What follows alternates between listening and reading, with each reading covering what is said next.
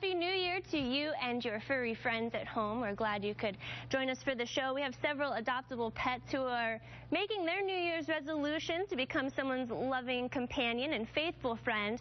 We'll tell you more about Gretchen during our Breed of the Week and how this German Shepherd promises to put more wag into your world.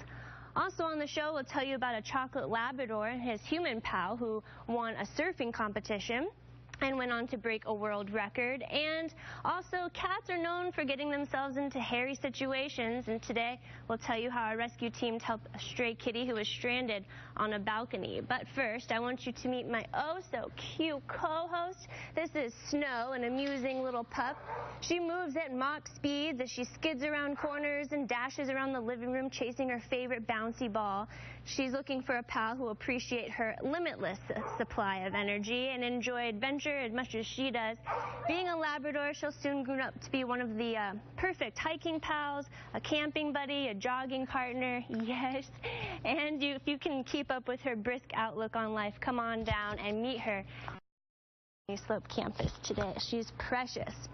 Stella is also looking for a home today. This young kitty ventured away from home. She found birds and leaves and bugs to pounce on, but she never found her way back to her family. And Lisa, she arrived at the Arizona Humane Society with a few minor wounds that needed some treatment. Yeah, a few days of medication. Stella has a little scab in front of her ear and a little bit on her chin, so she appreciates the very gentle chin and ear scratches right now. But a few days on medication, and she says she's good to go, ready to find her forever family. She is purrs, purrs, purrs. The moment you even look her direction, she starts purring to draw you over. She's brave. She's not worried about dogs or cats or this crazy toy here that's making all kinds of noise. She is brave and absolutely going to make a wonderful partner. She is just 3 pounds right now, 15 weeks old. She's one of 50 cats and kittens at our shelter right now, looking to make your home perfect. Love it. Thanks, Lisa. Well, more often than not, dogs make for willing and eager travel companions. And whether you're a globetrotter, a train hopper, an RV wanderer, a world traveler, or a rambler, Wishbone here is the perfect tag-along friend because Perry, this dog, just loves to be on the road. Big time, Ashley. This doggy actually spent the last month traveling around cross-country with its owner in a road trip. So very much a dog that loves to be in the car. And unfortunately, he sees a ball over here, so he's going to go get the ball. But unfortunately, the owner lost their job and had to surrender Wishbone to us. So here he is now, and he is a really gorgeous, kind of a border collie mix of some sort. He's going to get the ball, though. Okay. Here he comes. So we're going to give you some tips, though, on taking dogs in cars because it's a great time of year. When isn't a good time of year to take your doggy in the car, but particularly now when you don't even have to run the AC.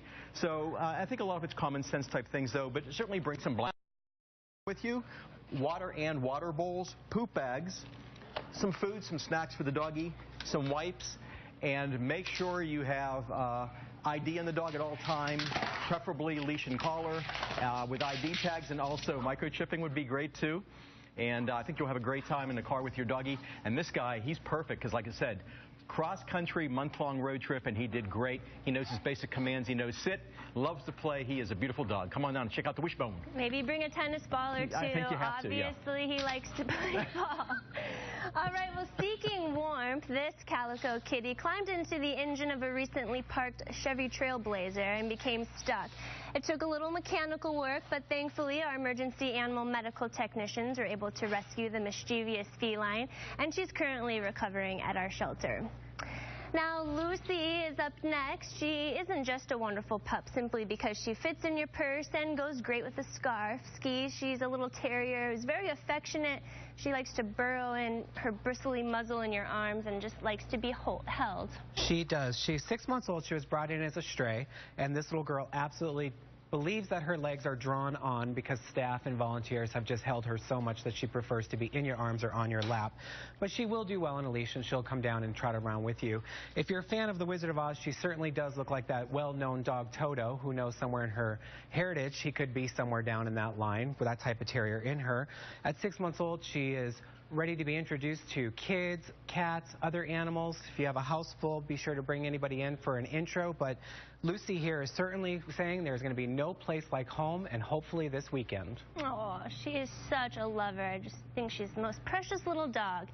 Young animal lovers ages 8 to 12 can lend a helping paw to our shelter pets in need at the Arizona Humane Society with our Helping Paws mini camp. It's going on January 14th. Children will ignite their compassionate spirit during a day of service-themed activities and up-close encounters with animals.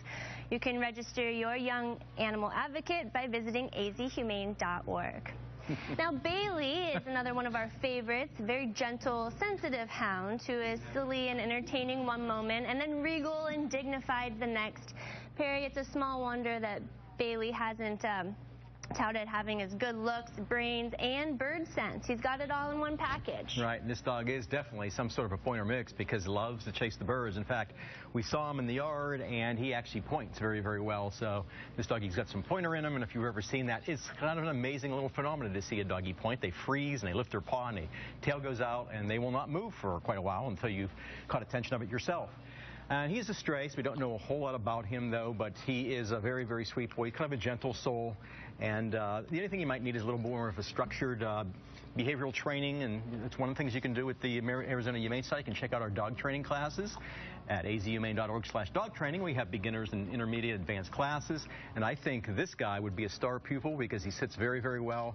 He's very, very attentive. He takes to praise, so he's going to be a good one, and I think he'll just flourish in his new home with some training.